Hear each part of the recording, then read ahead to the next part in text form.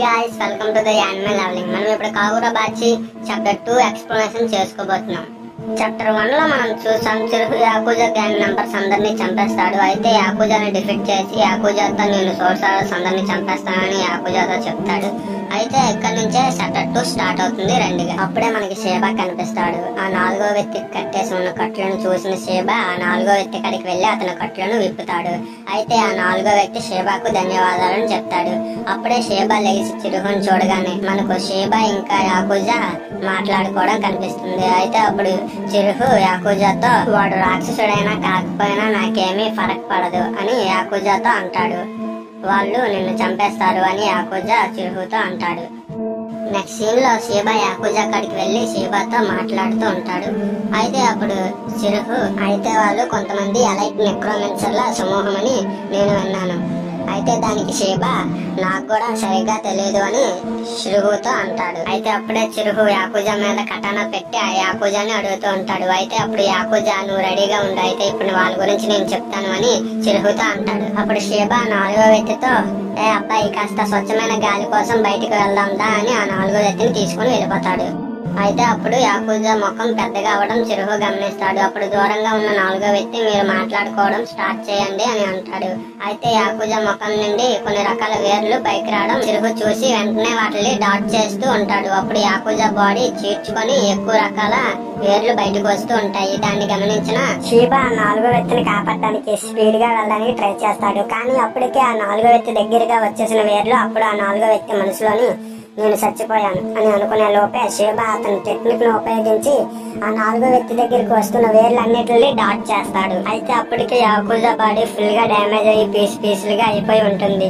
కానీ చిహిరో ఆ వస్తున్న వేర్లన్నిటిని నరుక్కుంటూ వెనక్కి వెళ్తూ ఉంటాడు. కానీ ఆ వేర్లు నాన్ స్టాప్ గా వస్తూనే ఉంటాయి. నెక్స్ట్ సీన్ లో మనకు అర్థమవుతుంది షేబా డాట్ చేసింది ఆ వేర్లను కాదు, ఆ నాలుగో వ్యక్తిని వెనక్కి తోస్తాడు. అప్పుడు ఆ నాలుగో వ్యక్తిని నువ్వు గాయపడ్డావా అని అడిగితే మరొకసారి ఆ నాలుగో వ్యక్తి ధన్యవాదాలు చెప్తాడు. అప్పుడు షేబా నువ్వు నాకెందుకు ధన్యవాదాలు చెప్తున్నావు, నువ్వు చాలా షాక్ అయ్యావు కదా అని షేబా సిల్లీగా ఆ నాలుగో వ్యక్తితో అంటాడు. అప్పుడు షేబా నాలుగో వ్యక్తితో మీరు అంతకు ముందు ఎప్పుడైనా నెక్రోమెన్సర్లని చూసారా అని అడుగుతాడు. ఆ నాలుగో వ్యక్తి షేబాతో ఏదో చెప్దామని ట్రై చేస్తే గానీ ఆ నాలుగో వ్యక్తి చెప్పడు. షేబా నగరంలో చాలా మంది నెక్రోమెన్సర్లు ఉన్నారు, నువ్వు జాగ్రత్తగా ఉండని నాలుగో వ్యక్తితో చెప్తాడు. నెక్స్ట్ సీన్ లో అక్కడ పెరిగిన వేర్లన్నిటిని చిహిరో కటానాతో నరుక్కుంటూ వెళ్తాడు. చిహిరో అది చాలా దగ్గరగా ఉంది అని అంటాడు. అప్పుడు వెనక నుంచి వచ్చిన షేబా అతని ముందు అనారోగ్యంతో ఉన్నాడు అని అంటాడు. అప్పుడు చిహిరో అతను ఇసాకో గురించి చెప్పిన వెంటనే అతనికి అలా అయ్యింది అని అంటాడు. అప్పుడు షేబా నేను ముందు ఊహించలేదు, అతని శరీరంలో ఒక నెక్రోమెన్సర్ ని ఏర్పాటు చేశారు అని చిహిరోతో అంటాడు. అప్పుడు చిహిరో అది నైపుణ్యం గల సోల్జర్స్ మాత్రమే అలాంటి నెక్రోమెన్సర్ ని పెట్టగలరు అని షేబా చాలా కోపంతో ఉంటాడు. అయితే నెక్స్ట్ సీన్ లో మనం చూడవచ్చు యాకుజా బాడీని చీల్చుకుంటూ వేర్లు బయటకు వచ్చాయి. అయితే అప్పుడు షేబా ఇంకా షిహిరో బయటకు వస్తూ కనిపిస్తారు. అప్పుడు షేబా షిహిరోతో నేను తిరిగి టోక్యోకి వెళ్ళాలి అని అనుకుంటున్నాను అని అంటాడు.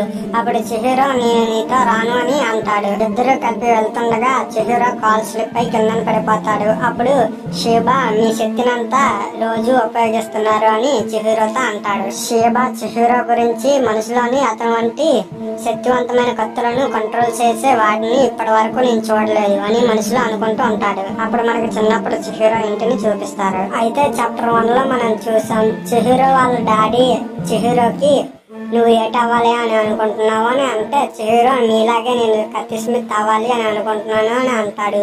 అయితే అప్పుడు మనకి 38 months టైం స్కిప్ జరుగుతుంది. అయితే ఆ టైం స్కిప్ జరగక ముందు నుంచి స్టోరీ ఇప్పుడు స్టార్ట్ అవుతుంది. అయితే మనకి చిహిరో వాళ్ళ ఇంటికి షేబా వెళ్ళడం మనకు చూపిస్తారు. అయితే షేబా చిహిరో వాళ్ళ ఇంటిని ప్రొటెక్ట్ చేస్తున్న షీల్డ్ విరిగిపోయి కనిపిస్తుంది. ఆ వెంటనే చిహిరో ఇంటికి షేబా పరిగెట్టుకుంటూ వెళ్తాడు. అయితే అప్పుడు చిహిరో వాళ్ళ డాడీ రుకుహీరో శరీరం నిండా గాయాలతో కిందన పడిపోయి ఉంటాడు.